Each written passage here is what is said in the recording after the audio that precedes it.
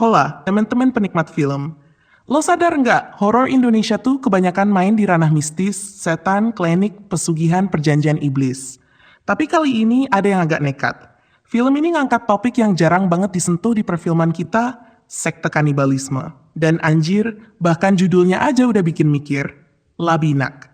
Kalau lo balik bacanya, yap, kanibal. Simple tapi simbolik. Dari situ aja udah kelihatan kalau film ini pengen nunjukin identitasnya jelas, beda dari yang lain. Disutradarai sama Azhar Kinoy Lubis, Labinak berusaha kasih angin segar setelah era Rumah Dara.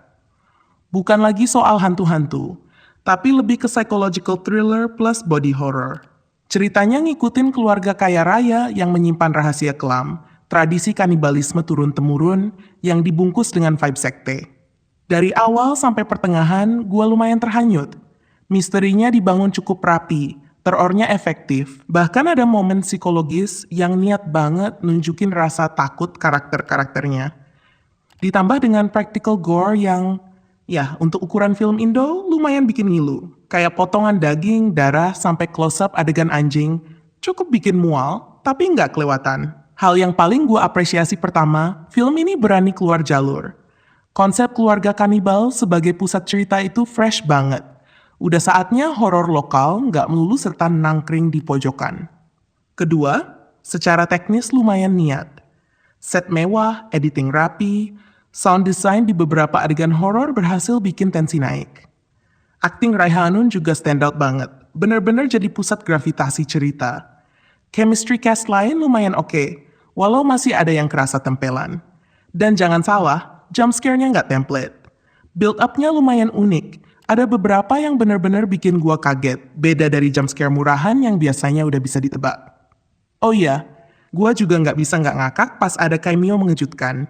Sumanto. Yes, Sumanto yang dulu pernah jadi headline gara-gara kasus kanibalisme. Itu bener-bener kayak inside joke nasional yang tiba-tiba masuk film. Tapi sayangnya Labinak ini kayak punya fondasi kokoh, tapi pas bangun rumahnya asal jadi.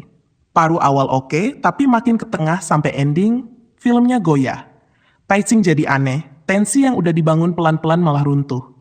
Teknisnya niat, tapi overkill, gore practical effect bagus, set rumah mewahnya mendukung, bahkan acting Raiha Anun solid banget jadi pusat cerita. Tapi scoring musiknya berisik banget sampai bikin kuping pengen cutscene sendiri. Sumpah gue sampai beberapa kali nutup telinga di bioskop. Horor tuh harusnya bikin tegang, bukan bikin budek. Dari segi cerita, banyak hal yang kebuang percuma. Latar belakang keluarga kanibal nggak dijelasin dengan detail, sekte Bairawa cuma disentuh di permukaan, bahkan klimaks yang seharusnya jadi puncak ketegangan, malah flat. Endingnya juga buru-buru, kayak filmnya bingung sendiri mau ditutup gimana. Karakter kurang digali, karakter-karakter pun minim motivasi. Beberapa keputusan mereka bener-bener bikin gua ngomong sendiri. Lah, ngapain sih lu? Villainnya juga jomplang banget kalau dibanding sama ikoniknya Dara di Rumah Dara. Gua ngerti kenapa banyak orang akhirnya bandingin Labinak sama Rumah Dara. Sama-sama main di gore, sama-sama ada unsur keluarga psikopat. Tapi kalau Rumah Dara bisa bikin tensi horornya konsisten dari awal sampai akhir, Labinak justru kehabisan bensin di tengah jalan. Padahal potensinya gede banget. Apalagi pas bagian epilog yang ngasih tease tentang sekte kanibal ribuan tahun, anjir, itu kalau digarap serius bisa jadi semesta horor baru di Indonesia.